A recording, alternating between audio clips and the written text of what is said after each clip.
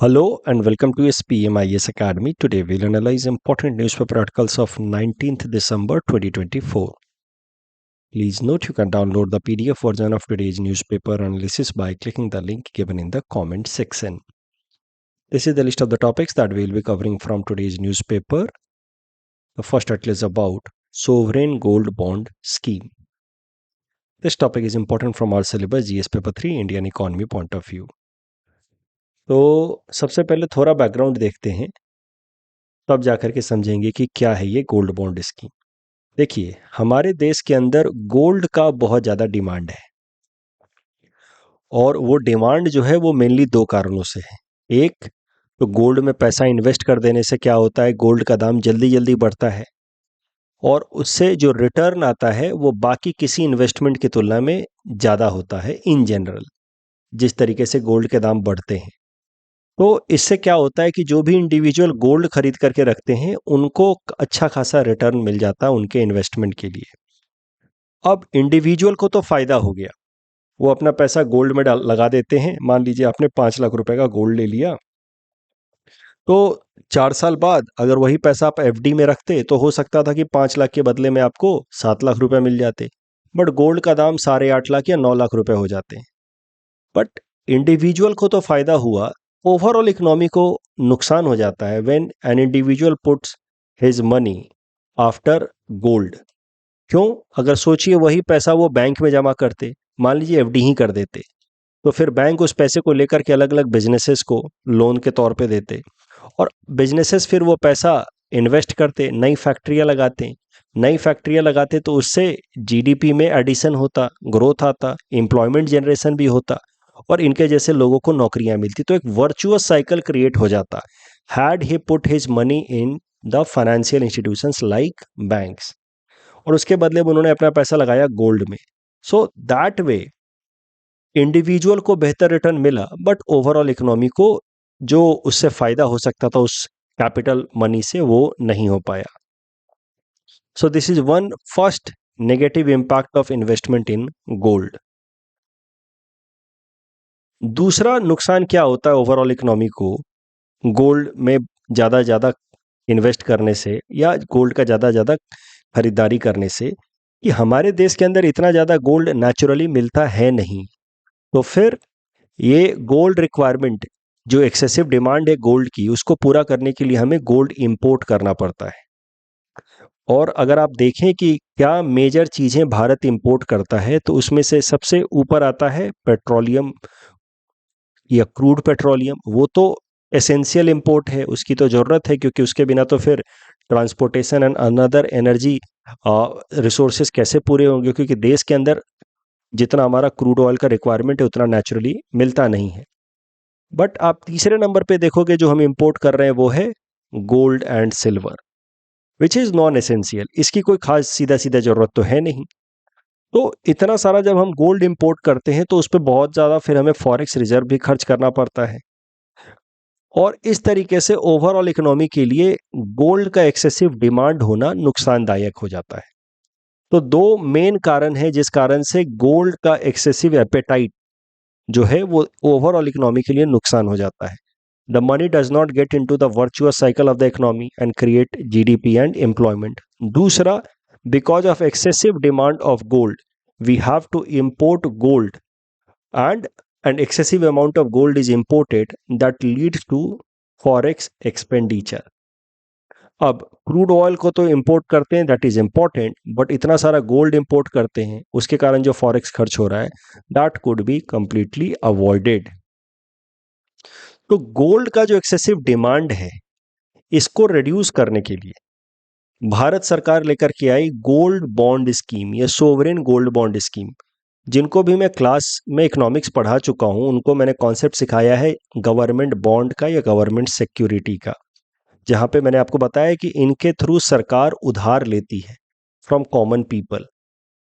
अब दो तरीके के गवर्नमेंट बॉन्ड्स मैंने आपको सिखाए हैं क्लास में, treasury bill and dated security, और वहीं पे मैंने आपको बताया कि कुछ अलग अलग तरीके के भी गवर्नमेंट बॉन्ड्स होते हैं जो सिर्फ उधार लेने के पर्पज से नहीं बट कुछ और मकसद भी पूरा करते हैं सरकार के लिए। उसी में से एक एग्जाम्पल है ये सोवरेन गोल्ड बॉन्ड। तो सोवरेन गोल्ड बॉन्ड का जो कॉन्सेप्ट है ये लाया गया as per gold bond scheme in 2015। इसके हिसाब से क्या करती है सरकार? As per this scheme, time to time एक स्पेशल तरीके का बॉन्ड रिलीज करती है, government bond, in order to borrow money from common people. But वो जो बॉन्ड होता है उसकी वैल्यू होती है equal to 1 gram of gold. तो जो भी गोल्ड का दाम चल रहा है, मान लीजिए 7,000 रुपये 8,000 रुपये चल रहा है 1 ग्राम सोने का दाम, तो सोवरेन गोल्ड बॉन्ड का दाम 1 ग्राम सोने के बराबर होगा। आप आज एक बॉन्ड खरीद लीजिए, आपको उसके बदले में 8,000 रुपये देने हैं। जब 8 साल बाद ये बॉन्ड मच्योर होगा, 8 साल होता है नॉर्मली सोवरेन गोल्ड बॉन्ड का मैच्योरिटी टाइम, तो 8 साल बाद जो उस वक्त का सोने का भाव होगा, उस भाव पे आपको पैसा वापस मिल जाएगा। तो you have to buy the sovereign gold bond at the prevalent gold rate, and at the time of maturity you will get your money back on the basis of the prevalent gold rate on that particular date. इस तरीके से होगा क्या कि सोने में जो भी पैसा इन्वेस्ट करता है इंसान, इस उम्मीद में कि गोल्ड से अच्छा हमको रिटर्न मिलेगा, गोल्ड का दाम जल्दी जल्दी बढ़ता है, इस तरह के लोग जो हैं फिर वो क्या करेंगे, अपना पैसा गोल्ड में रखने के बजाय सोवरेन गोल्ड बॉन्ड में लगाएंगे।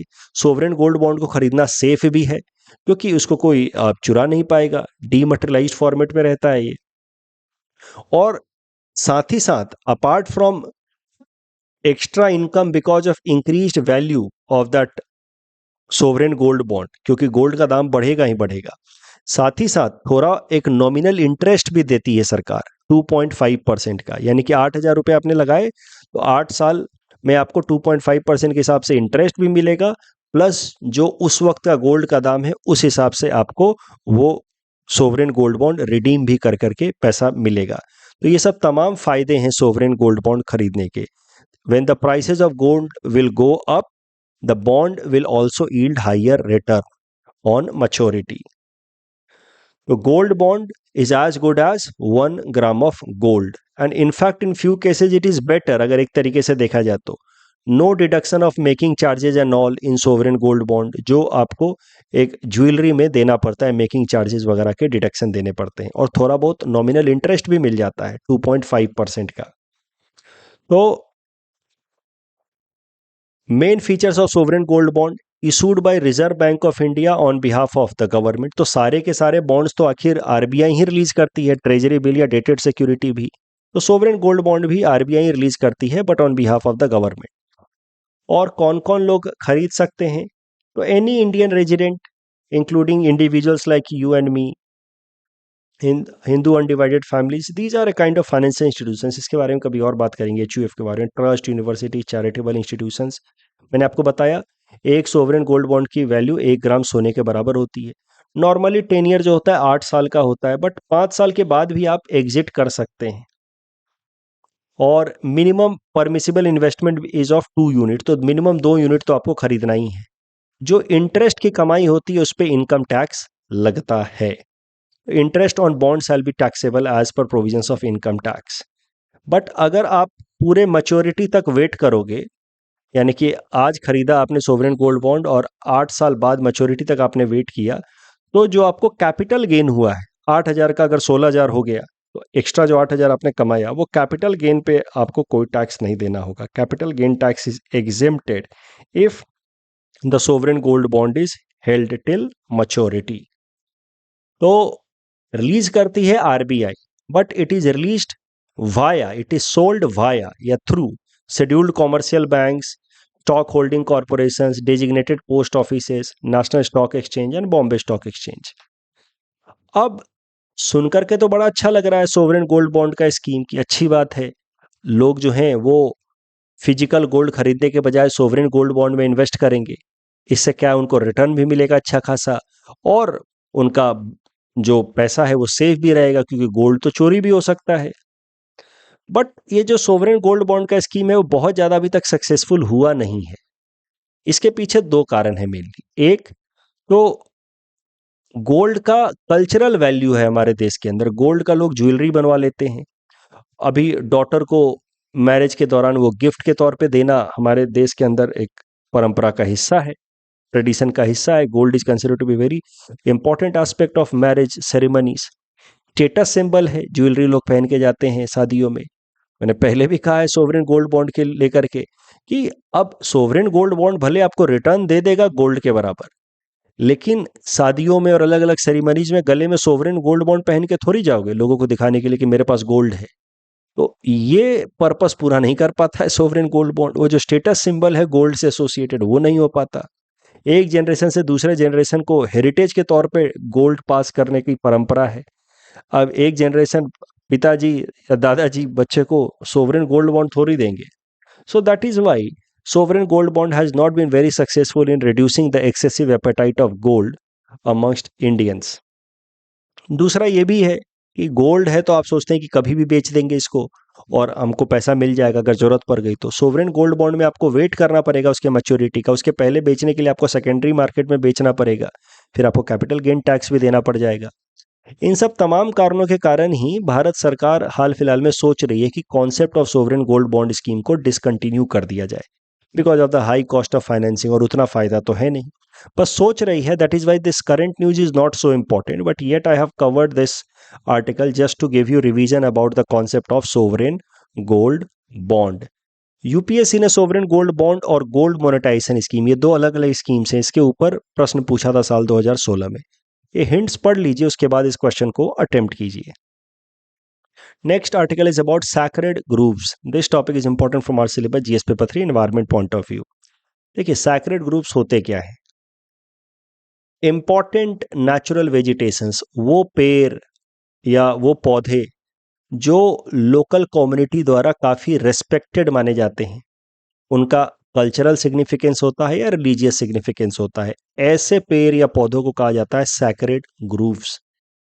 सो कई सारे ऐसे कम्युनिटी हैं, खासकर ट्राइबल्स में ज़्यादा देखा जाता है, वो किसी तरह के पेड़ को या ग्रुप ऑफ ट्रीज को वो अपने देवी देवता मानते हैं। कभी कभार उनमें स्पिरिट्स को रेस्पेक्ट करते हैं। वो कभी कभार कुछ ऐसे पेड़ पौधों के साथ वो अपने एंसेस्टर्स को एसोसिएट करके देखते हैं। तो इस तरीके के जो भी ट्रीज हैं, प्लांट्स हैं, they are considered as sacred groves who have cultural and religious significance. कुछ एग्जाम्पल जैसे कि केरला के अंदर kavu groves are respected because they are considered as serpent, god serpent, नाग देवता माना जाता है कावू ग्रूव्स को ऑफ केरला। हिमाचल प्रदेश के अंदर देवबन करके है एक फॉरेस्ट, जिसको वहाँ के लोग जो हैं देवी या देवता की तरह पूजा करते हैं। देवबन को विलेज डीटी की तरह मानते हैं, अपने गांव के कुल की तरह, देवता की तरह मानते हैं, कुल देवता। असम के अंदर भी कई सारे सैक्रेड ग्रुप्स के एग्जाम्पल है, जैसे कामरूप डिस्ट्रिक्ट में ही आपको मिल जाएगा देवसाल सैक्रेड ग्रुप्स। यहाँ पे इनको लोकल देवता, लोकल डीटी, देव राजा की तरह रेस्पेक्ट किया जाता है और उनकी पूजा की जाती है। It is located near Brahmaputra river. जो कोकराझार या चिरांग डिस्ट्रिक्ट है, वहाँ पे बोडो ट्राइब के लोग जो हैं वो एक स्पेशल तरीके के प्लांट की पूजा करते हैं, बथाऊ थान। Please pardon me for my mispronunciation, but Bothauthan, if I'm not wrong, it is pronounced like this। तो एक स्पेशल तरीके के पेड़ को और पौधे को वो पूजा करते हैं और उसके साथ वो अपने एंसेस्टर्स को लिंक करके देखते हैं, गॉड बताओ को लिंक करके देखते हैं। This tree is called, this plant is called सीजू। तो ये सब एग्जाम्पल हो जाएगा सैक्रेड ग्रुप्स का। सैक्रेड ग्रुप्स घरों के अंदर भी हो सकते हैं या जंगलों में भी हो सकते हैं सैक्रेड ग्रुप्स। कोई जरूरी नहीं है कि सैक्रेड ग्रुप्स सिर्फ जंगलों में हो, लोग घरों में भी लगाते हैं। तो तुलसी का पेड़ एग्जाम्पल हो सकता है सैक्रेड ग्रुप का, तुलसी के पेड़ की पूजा होती है। करंट न्यूज ये है कि सुप्रीम कोर्ट ने भारत सरकार को आदेश दिया है कि सैक्रेड ग्रुप्स को प्रोटेक्ट करने के लिए सरकार कुछ अलग से पॉलिसी लेकर के आए। सरकार ने सुप्रीम कोर्ट को इस बात पे जवाब देते हुए कहा है कि ऑलरेडी 2 कानून हैं जो सैक्रेड ग्रुप्स को प्रोटेक्ट करने के लिए एप्लीकेबल हैं। एक है wild life protection act of 1972। इस कानून के बारे में तो हमने पहले भी कई दफ़ा पढ़ा है। वाइल्ड लाइफ प्रोटेक्शन एक्ट के अंतर्गत जो प्लांट्स हैं या एनिमल्स हैं उनको अलग अलग कैटेगरी में डाला जाता है, शेड्यूल 1, शेड्यूल 2, और प्रीलिम्स क्रैश कोर्स में तो रिवीजन में मैं बता ही दूंगा।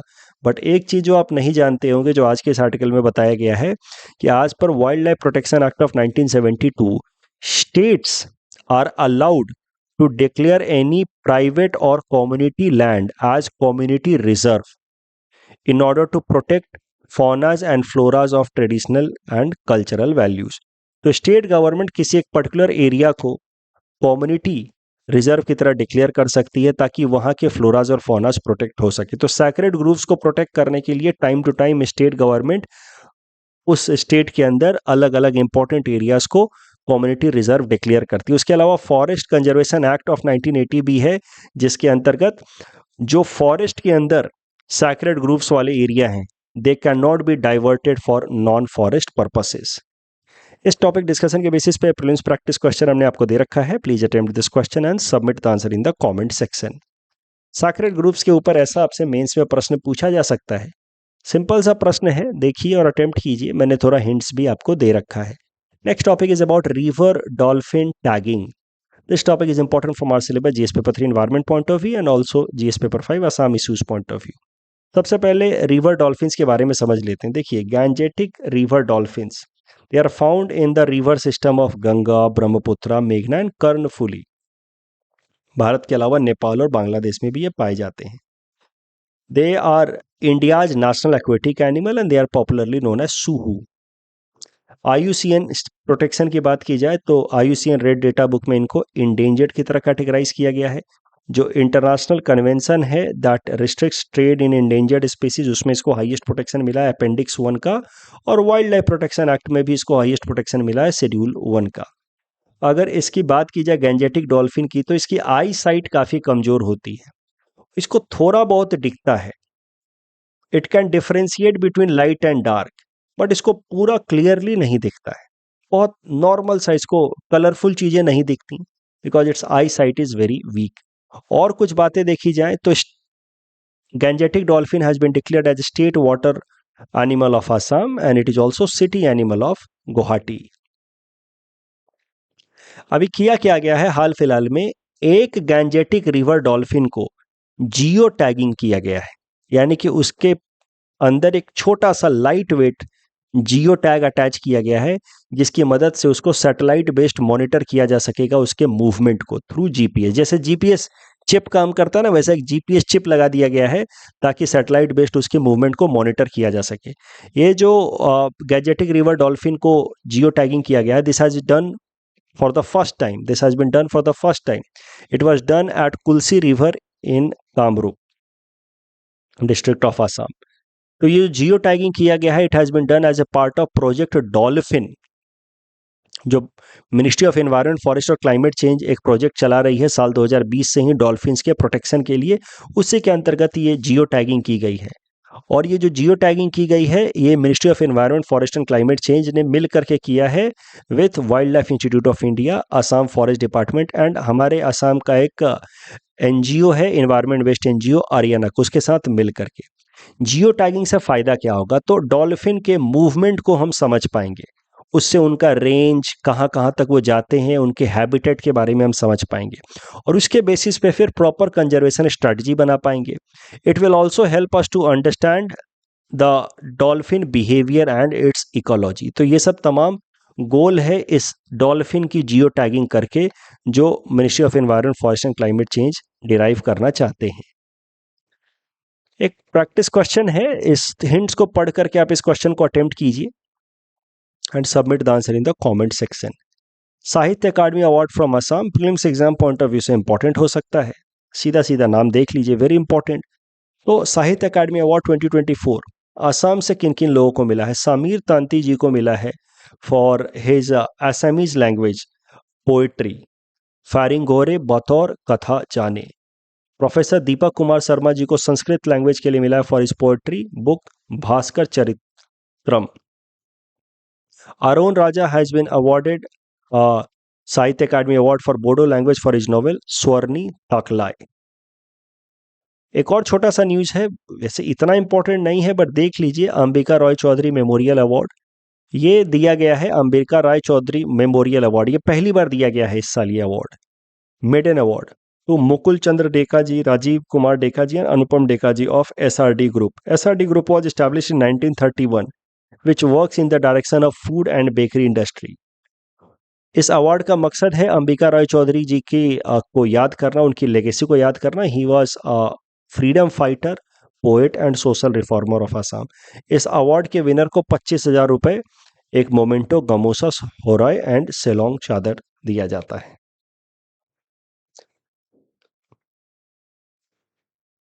कल जो हमने आपको प्रैक्टिस क्वेश्चन दिया था, इसका आंसर देख लेते हैं। सेकंड स्टेटमेंट इज रॉन्ग, क्योंकि ये इंप्लीमेंट होगा भी तो कब से होगा? 2034 से। अच्छा, लोकसभा के इलेक्शंस अगर बीच में हो गए, मिड टर्म हो गए, तो फिर जो नया लोकसभा आएगा वो 5 साल के लिए होगा, और उस हिसाब से फिर पूरा नया साइकिल इस्टेब्लिश होगा। इसको लेकर के कल कंफ्यूजन, तो I hope no confusion with that. मान लीजिए 2036 में फिर से लोकसभा का इलेक्शन हो गया, तो new cycle will be 2036 to 2041, 2041 to 2046 as per this bill. Blockchain को लेकर के तीसरा और चौथा स्टेटमेंट गलत है, सीधा सीधा। सिर्फ फाइनेंशियल सर्विसेज के लिए तो नहीं है, और भी सर्विसेज के लिए इस्तेमाल होता है। यहाँ पे दोनों स्टेटमेंट सही हैं, और यहाँ पे बीच वाला स्टेटमेंट गलत है, बाकी तो सही है। सीधा सीधा मैप से ये प्रश्न सॉल्व होता है। That's all from our side for today. Thanks for watching.